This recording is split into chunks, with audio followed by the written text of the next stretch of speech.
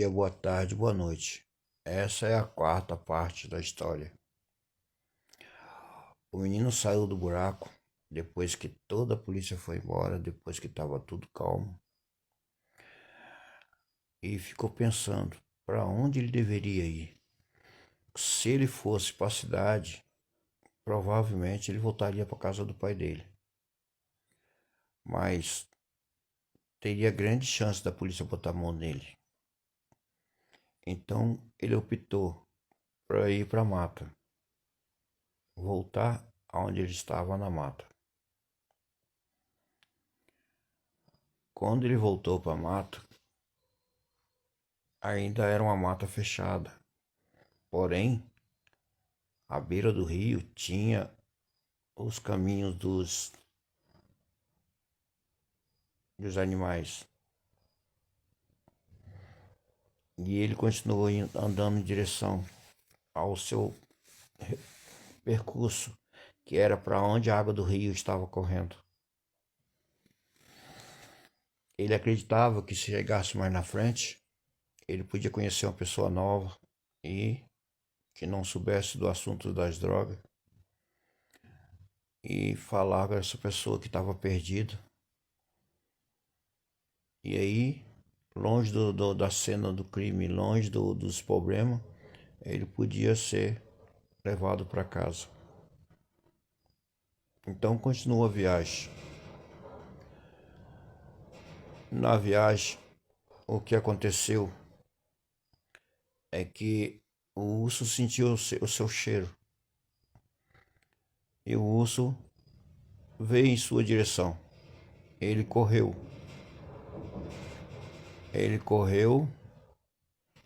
E aí, estando ele com uma pequena vantagem, o urso começou a vir atrás dele com tudo. Porém, ele correu no meio das árvores. E as árvores não eram grossas o suficiente para segurar o urso. O urso, com as patadas que dava, quebrava as árvores.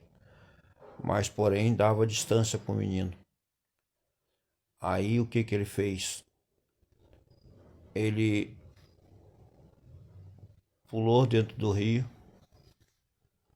e mergulhou. O urso foi atrás, mas não conseguiu avistar ele. Ele olhou para um lado, olhou para o outro, até entrou dentro d'água, mas não avistou o menino. Eles tinham nadado para a beirada do rio, a uns 20 metros de distância, e colocou um monte de galhos sobre a cabeça. E o urso não viu ele. Aí ele esperou o urso ir embora e saiu.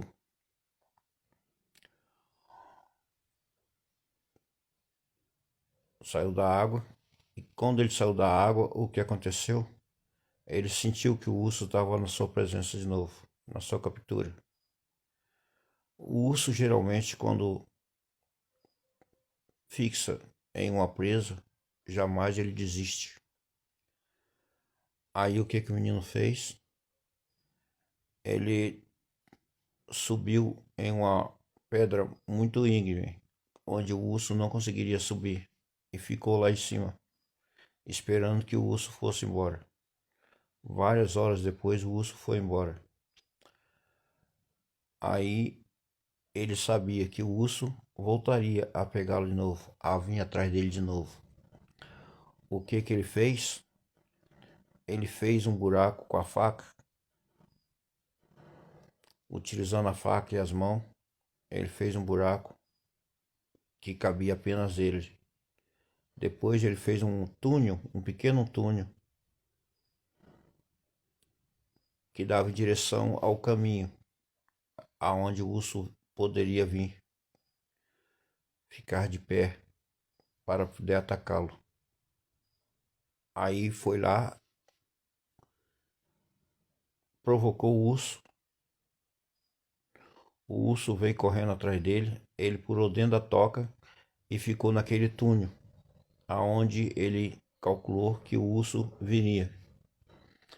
Quando o urso chegou na sua direção, parou para tentar pegar ele no buraco. Ele olhou pelo buraco debaixo do urso, que ele fez o túnel. Ele ficou observando o urso por baixo do túnel, pegou a lança dele e acertou o coração do urso com toda a sua força. O urso não morreu de imediato, saiu quebrando tudo. Depois de muitas horas quebrando tudo, o urso foi ficando fraco e caiu. Interessante como uma pessoa tão pequena pode ser inteligente. Ele tem apenas 14 anos, mas tudo que ele sabe foi ensinado pelo avô, que numa hora dessa está passando sufoco com um investigador. O investigador perguntou para o avô dele: "O que você está fazendo aqui? Por que você não foi atrás do seu neto?" Aí ele falou: "Já tenho idade, eu não consigo mais andar na mata." "Me conta essa história direito. Por que você gritou?" "Eu gritei porque o cavalo tinha me atropelado. Aí o menino veio me socorrer." "História mal contada essa sua? Como que o menino vem te socorrer? Depois o menino some."